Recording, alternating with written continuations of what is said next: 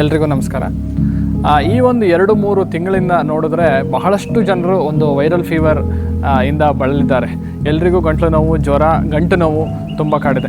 ಅದರಲ್ಲಿ ಮುಖ್ಯವಾಗಿ ಏನು ಅಂತ ಹೇಳಿದರೆ, ಒಂದು ಕೆಮ್ಮು ಉಳಿದಿರುತ್ತೆ ಮತ್ತು ಅದರ ಜೊತೆಗೆ ಕೈಕಾಲು ಗಂಟು ನೋವು ಹಾಗೆ ಉಳಿದಿರುತ್ತೆ. ಅದನ್ನು ಪೋಸ್ಟ್ ವೈರಲ್ ಆರ್ಥರಾಲಜಿ ಅಂತ ಹೇಳ್ತೀವಿ.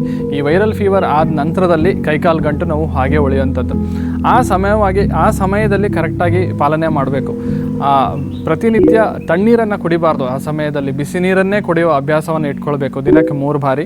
ಮತ್ತು ಆ ಸಮಯದಲ್ಲಿ ದೇಹದಲ್ಲಿ ನಂಜು ಉತ್ಪತ್ತಿ ಮಾಡುವ ಯಾವುದೇ ಆಹಾರಗಳನ್ನು ಕೂಡ ತಗೊಳ್ಬಾರ್ದು. ಈಗ ಅತಿಯಾಗಿ ಚಿಕನ್ ಸೇವನೆ ಇರ್ಬೋದು, ಅತಿಯಾಗಿ ಮೊಸರು ತಿನ್ನೋದಿರ್ಬೋದು, ಅತಿಯಾಗಿ ಎಣ್ಣೆ ತಿಂಡಿ ತಿನ್ನೋದಿರ್ಬೋದು. ಇದನ್ನೆಲ್ಲ ಆ ಸಮಯದಲ್ಲಿ ಪಾಲನೆ ಮಾಡಿದ್ರೆ ಮುಂದೆ ಆಗುವ ಅಂಥ ಅನಾಹುತಗಳು ತಪ್ಪುತ್ತೆ. ಅದರಿಂದ ಮುಂದೆ ನೀವು ಆರ್ಥರೈಟಿಸ್ ಡೆವಲಪ್ ಆಗುವಂಥದ್ದು ಅದನ್ನೆಲ್ಲ ಕೂಡ ಅವಾಯ್ಡ್ ಮಾಡ್ಕೊಳ್ಬೋದು. ಈ ವೈರಲ್ ಫೀವರ್ ನಂತರ ಜ್ವರ ಬಿಟ್ಟು ಹೋಗಿರುತ್ತೆ, ನಂತರದಲ್ಲಿ ಒಂದು 15 ದಿನ ಹೇಗೆ ಆರೋಗ್ಯವನ್ನು ಕಾಪಾಡ್ಕೊಳ್ತೀರಿ ಅದು ಬಹಳ ಮುಖ್ಯ. ಧನ್ಯವಾದಗಳು.